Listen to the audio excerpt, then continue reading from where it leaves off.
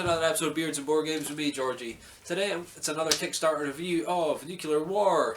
This game is a reprint of an old one that was currently, I believe the original one is pretty much impossible to find. There's a few of these ones going about, but the Kickstarter really is all about upgrading the components and bringing the game kind of into this century, I guess you could call it. The game itself is designed by Douglas Malowicki, and the Kickstarter has been run by a lovely gentleman called Richard Loomis. Now, the Kickstarter has already soared past its goal of, I think, $50,000 and is something like $140,000 now. So I'm a little late getting the Kickstarter out, but it's basically because of the time that me and Richard were in contact. Either way, the game plays from about 30 minutes to an hour, 2 to 6 players, a quick card game, sort of memory-based game as well when you place your cards down and the way you're going to do it. I'll just give you a quick overview of how the game looks, bearing in mind that all the components in here are the old ones, and if you have a look at the Kickstarter link, which I'll put in the description below, which I would highly recommend you go and do because some of the new components and playmat looks great. So let's go and have a quick look at Nuclear War. Okay guys, like I said, here's a quick overview of the things that currently come in the Nuclear War set that is kind of available or was available. The new one, like I said, will have awesome looking playmats. They're on the Kickstarter, so you can go and see them.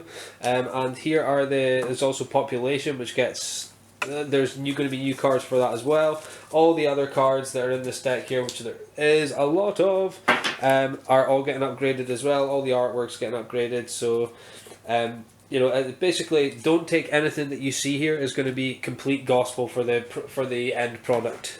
Okay, so let me just get down to it basically without going too much into the change of the components. So at the start of the game, everyone will get dealt out the population cards, as they will. They are at random, so you shuffle them and then deal them out. You don't deal them all out. There is a certain amount per certain player. So say for example, I don't know how much players we're playing with just now, but you would take that much population cards, put it in your population pile there. Okay guys, thought I would just give you a quick overview of the cards. So there's 5 different types of cards really.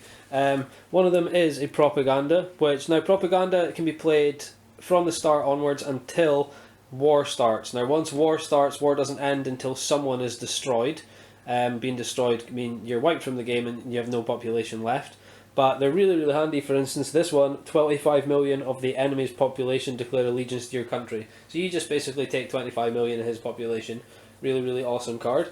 There is a anti-missile card, so once you go to war, which I'll explain what these things like go to war and things mean in a minute, but the anti-missile is something that can just block the missile that somebody's aiming at. You can play it straight from your hand, but can only block this one from an Atlas or a Polaris, which I'll explain what that is as well. Now, there's many different types of bombs. There's the 50 megaton, there's 100 megaton, which I think you'll all remember, or not remember, it'd be a while ago, but know of. And so there's also the 10 megaton, there's a 20 megaton as well, and those can't actually be fired unless played before that is either an Atlas, which can carry up to 20 megaton bombs in one warhead, a Polaris, which can carry up to 10 megatons in one warhead, a B-70 bomber, which can carry a combination of warheads up to 50 megatons, or the Saturn, which can carry one warhead of up to 100 megatons. And that's basically all the cards that are in the game. Okay, so turn order would go something like this. You'd be dealt a hand of 9 cards. With those 9 cards, you are allowed to play 2 of them face down at the start, so before you even begin. I would say if any of the cards that you get are secret cards, which I didn't mention earlier, they have to be played straight away from your hand, and you take the effects as said on the secret card. Can be good, can be bad. Some of them are just, give a couple of million here, lose a couple of million there, gain a couple of million people here. So it's all revolved around your population, which is all here. So, say for instance to start with, you don't usually want to go to war, so to start with you would maybe want to play a propaganda card.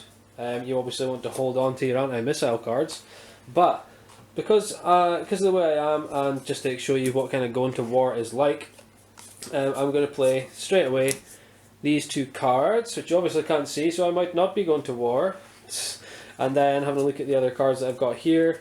So on your next turn, or on your actual turn, you always play a card face down.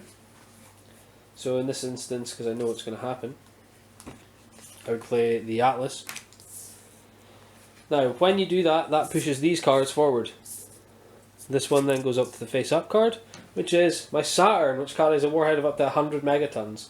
So, for a start, that's probably one of the most powerful cards in the game.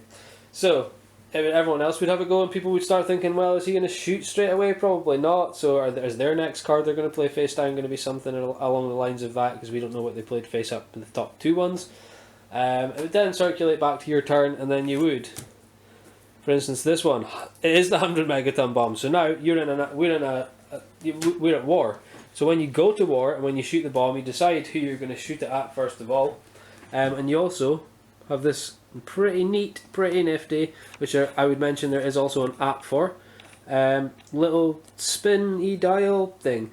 Now, when you're shooting a wall, you say, I want to shoot at him, and in this instance, that wasn't a very good flick of the thing, but you see what I meant by that. In this instance, no appreciable radiation fallout, so nothing major actually happens, but 25 million still gets destroyed just straight away.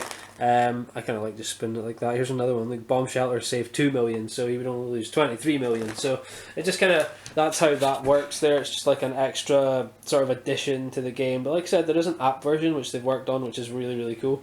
This card was also go forward. Also, obviously, to push that forward again, you would need to play another card, which I didn't currently do. So that would go there, and that would be your setup. And you would continue doing this now that you're at war until someone is dead and loses all their population. Zilch, gone. See, there's also a button here.